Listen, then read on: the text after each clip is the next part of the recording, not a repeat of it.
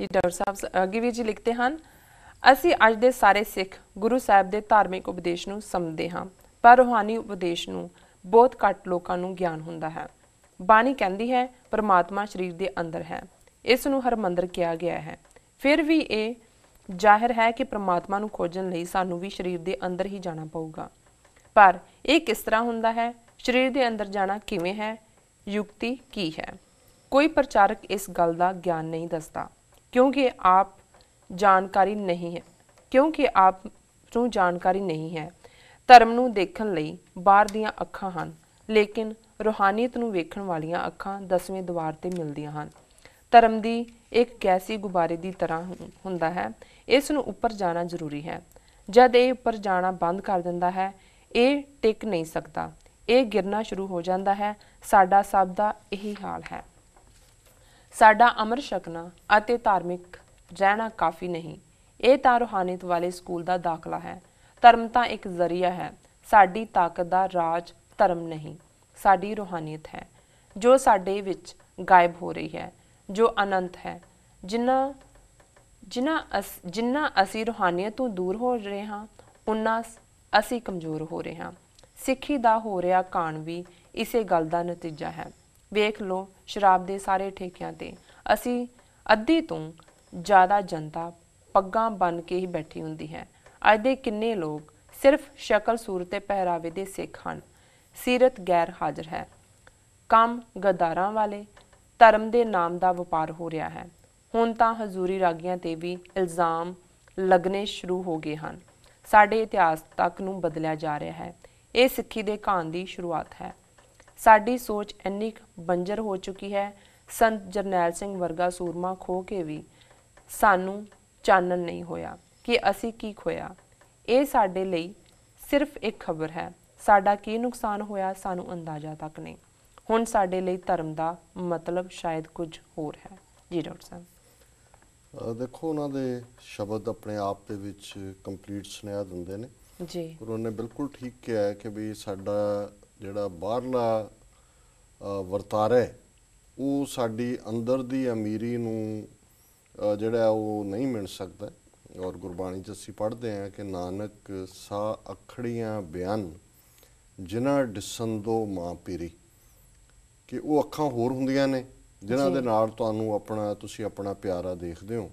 ਸੋ ਬਹੁਤ ਵਾਰ ਸਾਡੇ ਹਾਵ ਭਾਵ ਦੁਨਿਆਵੀ ਤੌਰ 'ਤੇ ਅਸੀਂ ਧਰਮੀ ਹੋਣ ਦਾ ਪਖੰਡ ਜ਼ਰੂਰ ਕਰਦੇ ਹਾਂ, पर जिहड़ा साडा रूहानीयत दा सफ़र है जां साडी रूहानीयत दी अवस्था है जी, वो सतगुरु ही जानते हैं कि असी बहुत सारे कमज़ोर हैं। उहदे च उन्होंने दरबार साहब दे जां हजूरी रागियां दियां कमज़ोरियां, शराब दा कौम चाहना, कम गदारां वाले, बंजर सोच जी, ये सारे उन्होंने लक्षण दिते ने जिहड़े काफ़ी हद तक ठीक है जी जी। अगे कि तुंग साहब लिखते हैं, नितनेम तो बहुत दूरी, घटिया काम, चोरी, ठगी, बेईमानी, लालच, ये सब सिक्खी तू दूर लैके जाते हैं। ये गल्लां सानू रूहानीयत के नेड़े भी लगन नहीं दिंदियां। निगार वाल जा रहा ये सिक्खी किरदार ही सिखां दे दुश्मनां लई ताकत साबित होंदा है ते दुश्मनां नू ताकत दिंदा है। असी किसी नू की दोष देना, साडी अपनी अज दी गुलामी दा कारण साडा संपूर्ण ना होना है। असी खुद खलास होईए तां ताकत मिलूगी, तां खालिस्तान भी बनूगा। ऐसा ना होने की सूरत विच खालिस्तान साडे तो कितना दूर है, असी खुद अंदाज़ा लगा सकते हाँ। साडे सतगुरां ने सर्ब हित नूं बचाउण लई कुर्बानियां दित्तियां। अज सानू खुद सर्बसदानी अते शहीदां दे सिरताज की जरूरत है। अफसोस साडी गरीबी सिर चढ़ के बोल रही है अते सानू निंदो जगाउण लई कोई कुर्बानी नहीं है। वाहिगुरू जी का खालसा, वाहिगुरू जी की फतेह। जी डॉक्टर साहब देखो उन्होंने जी ये सारी ईमेल असी इन बिन पढ़ी है, बड़ा स्ट्रोंग मैसेज है। एक बारी तुसी झंझोड़े जाते हो, अपना आप उस आयने च देखते हो, उस शीशे च देखते हो कि किस कदर असी आप कमज़ोरियां का शिकार है जी। तो उन्हों का जोड़ा कनकलूजन है वो मेरा थोड़ा जहा इख्तलाफात है।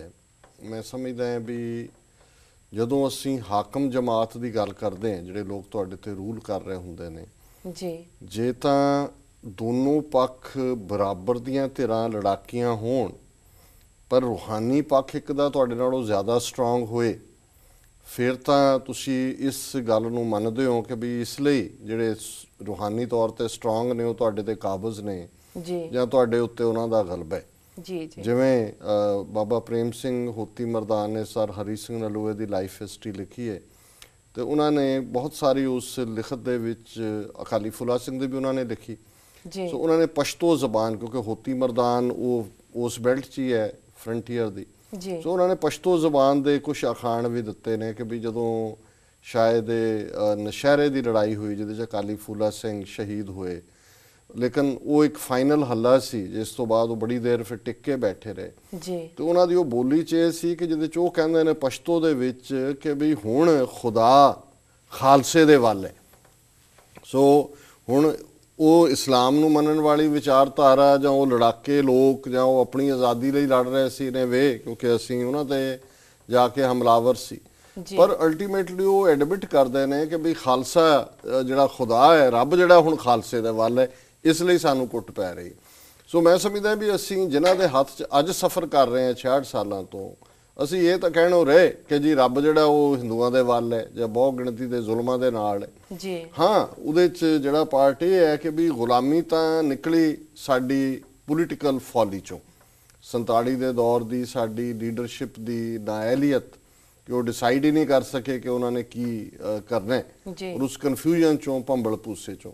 ਪਰ ਇਹਦੇ 'ਚ ਕੋਈ ਸ਼ੱਕ ਨਹੀਂ ਕਿ ਹੁਣ ਜਦੋਂ ਇਹ ਸੰਗਲ ਸਾਡੇ ਬਹੁਤ ਜਿਹੜੇ ਨੇ ਉਹ ਹੋਰ ਵੀ ਜਿਹੜੇ ਚਾਰ ਚੁਫੇਰੇ ਪੈ ਰਹੇ ਨੇ, ਇਕੱਲੇ ਹੱਥਾਂ ਪੈਰਾਂ ਤੇ ਨਹੀਂ, ਚਾਰ ਚੁਫੇਰੇ ਉਹ ਹਮਲੇ ਨੇ ਜੀ, ਤੇ ਉਹਨੂੰ ਤੋੜਨ ਦੇ ਲਈ, ਉਹਨਾਂ ਸੰਗਲਾਂ ਨੂੰ ਖਾਲਿਸਤਾਨ ਬਣਾਉਣ ਦੇ ਲਈ, ਆਜ਼ਾਦੀ ਦੀ ਲੜਾਈ ਲਈ ਸਾਡੇ 'ਚੋਂ ਸਾਰੇ ਹੀ ਟ੍ਰੇਟ ਜਿਹੜੇ ਨੇ, ਜਿਹੜੇ ਭਾਈ ਸਾਹਿਬ ਨੇ ਬਿਆਨ ਕੀਤੇ ਨੇ, ਉਹਨਾਂ ਦੇ ਨਾਲ ਅਸੀਂ ਭਰਪੂਰ ਉਹੀ ਫੇਥ, ਜਿਵੇਂ ਕੱਲ ਉਹਨਾਂ ਨੇ ਲਿਖਿਆ ਸੀ ਘੁੰਮਣ ਜੀ ਨੇ ਕਿ ਵੀ ਸਿਰਫ ਹੋਪ ਕਾਫੀ ਨਹੀਂ ਹੈ, ਯਕੀਨ ਬੜਾ ਜ਼ਰੂਰੀ ਹੈ, ਫੇਥ ਬੜਾ ਜ਼ਰੂਰੀ ਹੈ।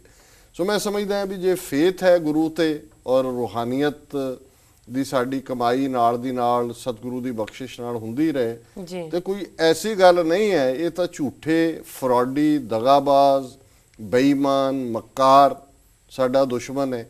ਸੋ ਕਿਸੇ ਇਮਾਨਦਾਰ ਬੰਦੇ ਨੂੰ ਜਾਂ ਇਮਾਨਦਾਰ ਸਿਸਟਮ ਨੂੰ ਤੋੜਨਾ ਔਖਾ ਹੁੰਦਾ ਹੈ, ਬੇਈਮਾਨ ਬੰਦੇ ਨੂੰ ਜਾਂ ਬੇਈਮਾਨ ਸਿਸਟਮ ਨੂੰ ਢਾਣਾ ਜਾਂ ਤੋੜਨਾ ਕਿੰਨਾ ਔਖਾ ਹੁੰਦਾ ਹੈ।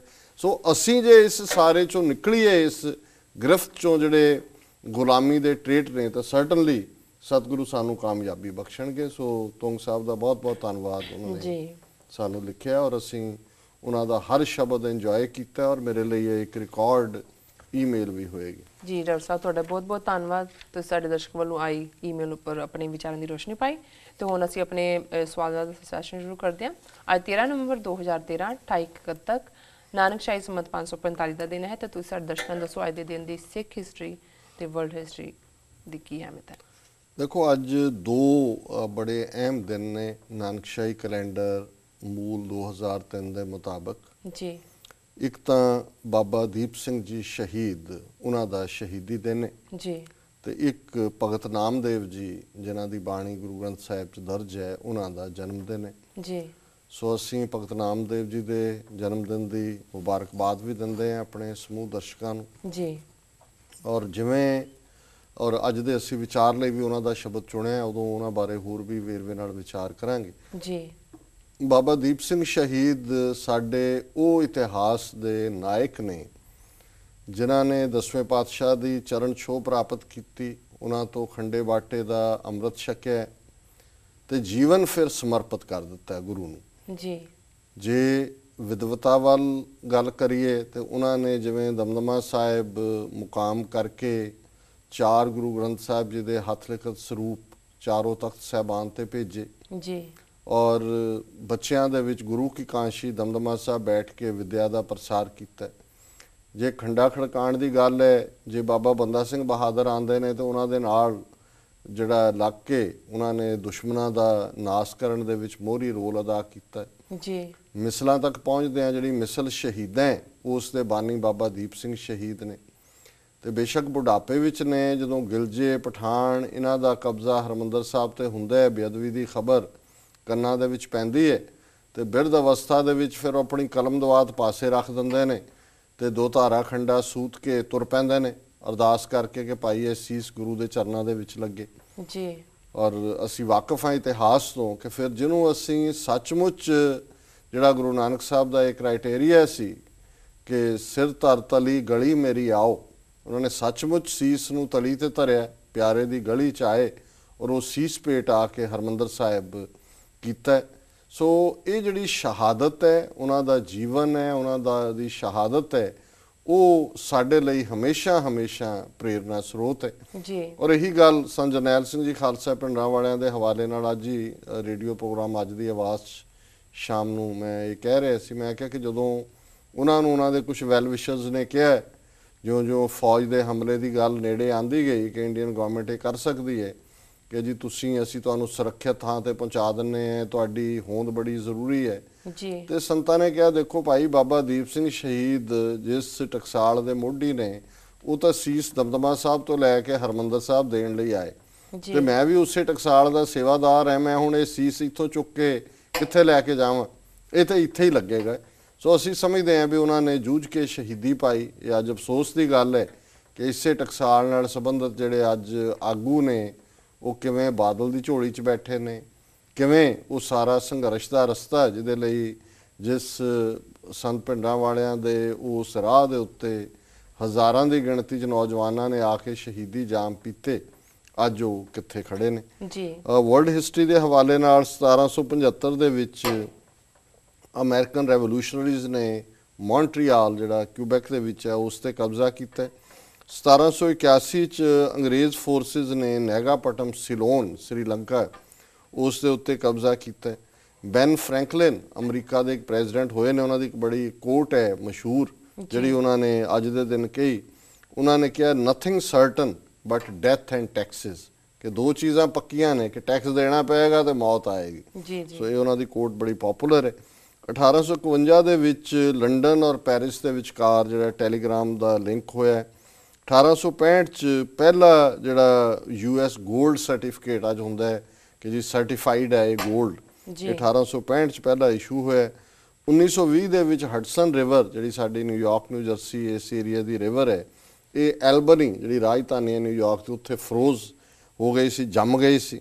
ਔਰ 1952 ਦੇ ਵਿੱਚ ਝੂਠੇ ਜਿਹੜੇ ਨੇਲ ਲੰਬੇ ਲੰਬੇ ਹੁਣ ਹੁੰਦੇ ਨੇ ਵੀ ਪਤਾ ਨਹੀਂ ਜਨਮ ਤੋਂ ਹੀ ਨੇ, ਉਹ ਪਹਿਲੀ ਵਾਰੀ ਮਾਰਕੀਟ ਦੇ ਵਿੱਚ ਆਏ। 1952 ਚ ਉਹਨਾਂ ਦੀ ਮਾਰਕੀਟਿੰਗ ਹੋਈ। 1956 ਦੇ ਵਿੱਚ ਸੁਪਰੀਮ ਕੋਰਟ ਨੇ ਫੈਸਲਾ ਦਿੱਤਾ ਕਿ ਪਬਲਿਕ ਬੱਸਾਂ ਦੇ ਉੱਤੇ ਰੇਸ ਤੇ ਆਧਾਰਿਤ ਵਿਤਕਰਾ ਨਹੀਂ ਕੀਤਾ ਜਾ ਸਕਦਾ, ਨਹੀਂ ਤਾਂ ਹਰ ਸੀਟ ਦੇ ਉੱਤੇ ਕਾਲਾ ਨਹੀਂ ਸੀ ਬਹਿ ਸਕਦਾ। ਬੱਸ ਦੇ ਪਿੱਛੇ 2 ਸੀਟਾਂ ਰੱਖੀਆਂ ਹੁੰਦੀਆਂ ਸੀ, ਉਹਦੇ ਤੇ ਕਾਲਿਆਂ ਨੂੰ ਬਹਿਣ ਦਿੱਤਾ ਜਾਂਦਾ ਸੀ। ਉਹ ਵੀ ਜੇ ਕੋਈ ਗੋਰਾ ਆ ਜਾਏ ਤਾਂ ਉਹਨਾਂ ਨੂੰ ਉੱਠਣਾ ਪੈਂਦਾ ਸੀ। ਜਿਸ ਦਾ ਮੈਰੀ ਪਾਈਕ ਨਾਂ ਦੀ ਇੱਕ ਅਫਰੀਕਨ ਅਮਰੀਕਨ ਬੀਬੀ ਨੇ ਵਿਰੋਧ ਕੀਤਾ ਤੇ ਜਿੱਥੋਂ ਇਹ ਸਿਵਲ ਲਿਬਰਟੀ ਮੂਵਮੈਂਟ ਸ਼ੁਰੂ ਹੋਈ ਸੀ। 1982 ਦੇ ਵਿੱਚ ਵਾਸ਼ਿੰਗਟਨ ਦੇ ਵਿੱਚ ਵਿਤਨਾਮ ਵਾਰ ਮੈਮੋਰੀਅਲ ਦਾ ਉਦਘਾਟਨ ਹੋਇਆ ਔਰ ਇਹੀ ਵਰਲਡ ਹਿਸਟਰੀ ਦੇ ਹਵਾਲੇ ਨਾਲ ਮੇਨ ਘਟਨਾਵਾਂ ਨੇ। ਜੀ ਡਾਕਟਰ ਸਾਹਿਬ, ਤੁਹਾਡਾ ਬਹੁਤ ਬਹੁਤ ਸ਼ੁਕਰੀਆ। ਅਤੇ ਲੈਣਾ ਬ੍ਰੇਕ। ਵੀਅਰਸ ਤੁਸੀਂ ਕਿਤਨੀ ਜਾਣ, ਮਿਲਦੇ हैं छोटे ब्रेक के बाद।